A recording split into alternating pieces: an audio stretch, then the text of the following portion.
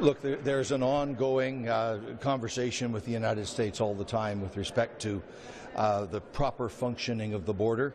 Obviously, they have issues that are very prominent in the international news about their southern border, and we obviously have issues with respect to the northern border. It's very important that border integrity and security be maintained. That conversation goes on steadily all the time, and we'll continue to ensure that all Canadian laws are enforced and that all international obligations for Canada are respected. They say they have a proposal from us. No. No, there's no formal proposal at the moment. There is a conversation about how we make our border both ways, strong, effective, and secure from the perspective of both countries, and that conversation will be ongoing. Does that include making the entirety of the border an unofficial port of entry? Look, that's a conservative proposition, which is really entirely impractical. That would actually complicate the issues at the border if you eliminate the notion of official ports of entry and change the entire concept of what the border means. That actually would increase insecurity at the border and make the crossing issues less safe. So it's not a wise proposition. No, that would actually be counterproductive to Canada's interests. What solutions are part of the discussion? Well, look, it's a discussion that we're having with the Americans about the various techniques that could be pursued on both sides of the border to ensure security and integrity. If and when that conversation matures into a specific negotiation, we'll have further things to say about it. But this is very exploratory at the moment, scoping issues and potential solutions. It's very early days. Are you considering reopening the third safe country agreement? We would be prepared to have a conversation about that. Yes. But the American position in response to that is not yet determined. The Department of Homeland Security is saying that there is a proposal by Canada to amend the third-party agreement. So what is the proposal that Canada has made to make changes to the third-party, the safe third country agreement? Okay, so what I'll start by saying is that, and I've said this frequently, that we've always been engaged with our American counterparts on all issues related to the border, from border security to asylum seekers, using the Safe Third Country Agreement as a great tool for both Canada and the United States for the managing of asylum seekers. It's been an amazing experience for Canada and a good agreement for Canada and the United States on the joint management of asylum seekers. We speak regularly at the officials levels and at the political level on all issues surrounding the border, whether it is asylum seekers, whether it is visa policy, and so on. We speak about all those issues, including the Safe Third Country Agreement and ways to modernize it. But as I've said it before in front of committee and in Parliament and everywhere else, there are no formal negotiations with respect to the Safe Third Country Agreement. The Homeland Security says they are looking at a proposal put forward by Canada. How can you say there are no negotiations? There are no formal negotiations. I know, but they're saying that there's a proposal on the table. So what is that proposal? Well, we speak about all aspects of the border, including Safe Third Country Agreement, and those discussions are always ongoing, whether it is at the officials level. Asking the U.S. to make the whole border under safe third-party agreements, so you can turn people away. Are you asking the U.S. that or not? We are, as I said, the moment we have any formal negotiations, we'll be able to let you know. But we are not engaged in any formal. Does your government support an amendment to the Safe Third Country Agreement? That, you know, this one, we're seeing this is an agreement. About it. So this is an agreement that was signed in 2004. It's 14 years old now. As any other agreement, there's always room for improvement. There's always room for growth, and those discussions are ongoing. So in terms of in terms of a formal negotiation process, that is simply not there. So I can't. Formal. What would you like to see happen to the agreement? Julie, just what would you like to see happen? It doesn't have to be formal or informal. Well, we always. I'll give you an example of the kinds of work that we do together. We constantly speak about the nationalities of the asylum seekers, the rate of arrivals in both countries, and both ways, because there are, even though it's very minimal, there are some asylum seekers who go from Canada and claim in the U.S. And the collaboration is bearing fruit. So I'll give you an example. We have engaged with the United States last year, for example, on some of the asylum seekers at that time who were using U.S. visas to come to Canada to claim asylum. We shared that information with the United States, the profile and the makeup and the visa issuing diplomatic offices. They were able to take action, and we saw a complete elimination of the visa abuse in those offices. Now we're seeing. Well, no, I'm talking about last year. So now the issue is Nigeria. We've engaged with the United States. We've shared information on visa integrity that can help the United States. They've taken action, and we've seen a marked increase in the visa refusals by U.S. missions in Nigeria.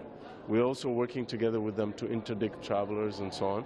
So those, this is the example of the work that we always do together. But are you trying to get a change to the safe third-party agreement so it applies to the whole border so that people would be turned away? Are you trying to get that change? As you can appreciate, we constantly talk about all aspects of the border, including the safe third country agreement, and those are discussions that are ongoing. So I can't take a snapshot in time and give you what was discussed on a particular day. But what we've done is we have the moment we have formal negotiations, I'll be happy to talk to the media. When would that be? Are they planned? What are you afraid of? This is the most pressing issue. There's only 4 minutes. À la frontière hier, ce qui est rapporté par le What has been reported by Reuters yesterday, what do you think about this? Is this the right way to proceed? The opposition proposed a solution to solve the illegal immigrant issue. We proposed something with regards to safe third party. They said that our proposal doesn't make any sense. And then we learn that the officials are discussing with the Americans in order to modify the safe third country agreement in the way that we suggested. So here we have a Minister of Immigration and a Prime Minister who either they don't know what's going on or they're trying to play a political game. But this morning, the Minister of Immigration published a letter in the media because I published a letter with our proposal this morning. The minister published a letter saying that we don't understand the situation and we don't know what we're talking about. And finally, we see that the officials think that it's a very good idea. So why doesn't the Prime Minister say, especially to people in Quebec who have had enough, that measures can be negotiated? It's up to him to solve the issue. He's the Prime Minister. And really, I am pleased to see that our proposal makes sense. And now it's up to them to tell the truth to Canadians and Quebecers.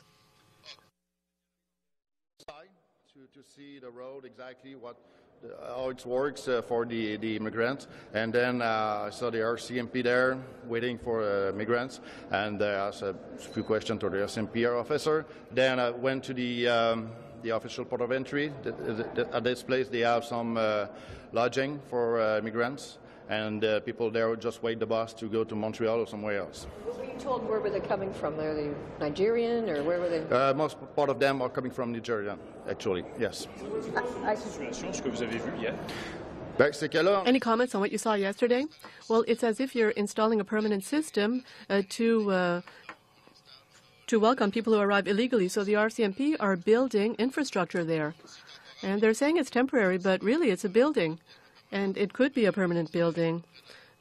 The facilities next to the border are huge facilities. It seems that it's never going to stop the way it's being built. So I have to say that the RCMP and the border services don't have the choice. The government's direction is to stay the course. So people are doing their jobs, but I met with elected people over there. I met with citizens as well. There's a lot of tension right now. People who are living on the Roxham Road for the past year and a half.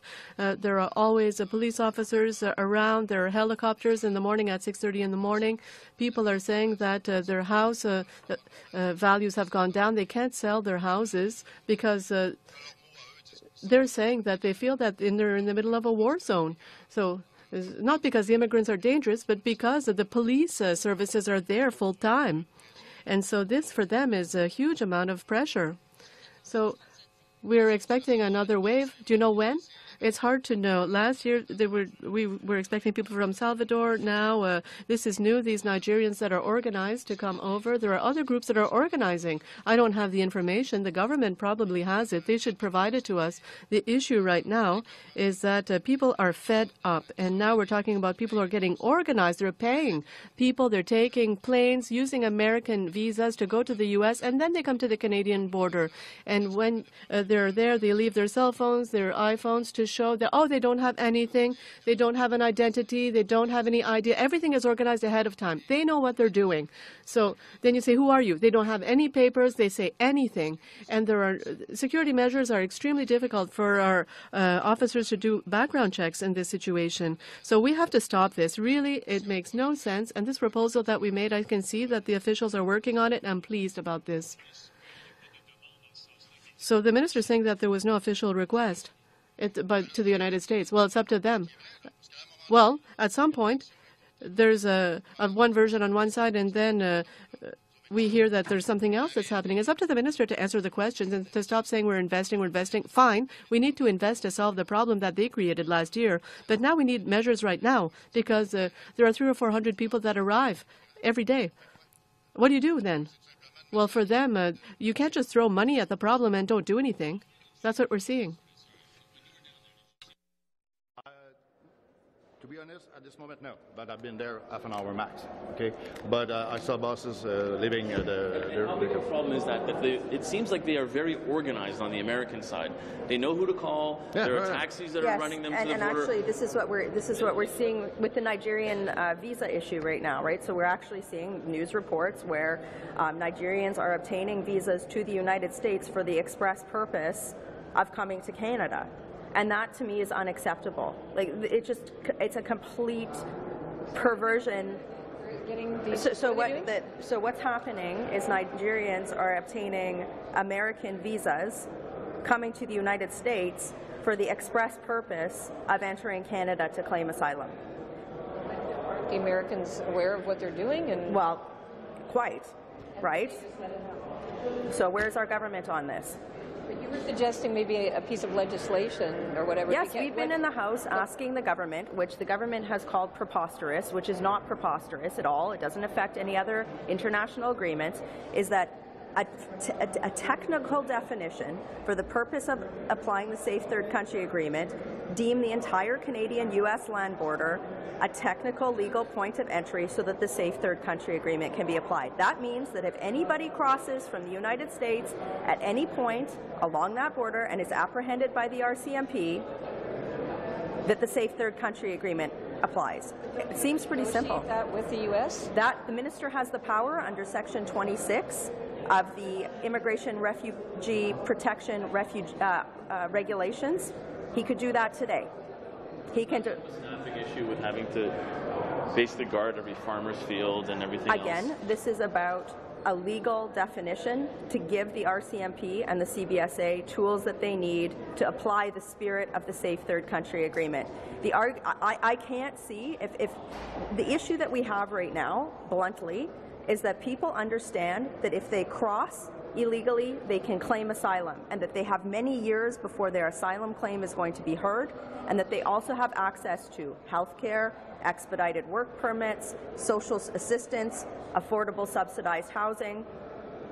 So if you disincent people to make that journey, because if somebody crossed the border anywhere along the U.S. border, was apprehended by the RCMP or the CBSA, the Safe Third Country Agreement would apply, and except for the very small exemptions that are listed in there, people would be returned from their original point.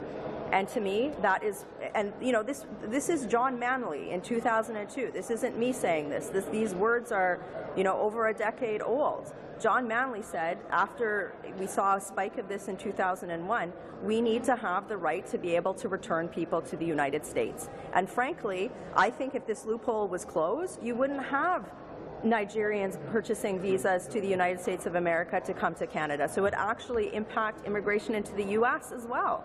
This is a failure of Justin Trudeau to maintain our borders. And, you know, the fact that we're standing here and you're asking me, well, are they applying it? Aren't they? We have been asking them for months, for a year and a half, what they're doing to renegotiate the Safe Third Country Agreement.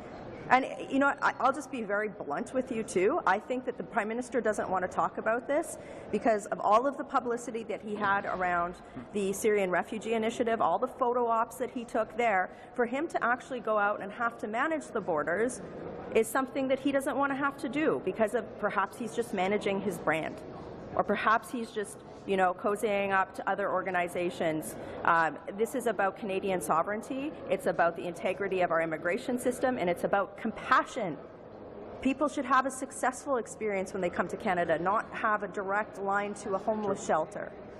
And that is unacceptable to me. So they need to do something today. And when you find out if they're doing this or not, let me know, because I'll be happy to give you comment there. Thank you.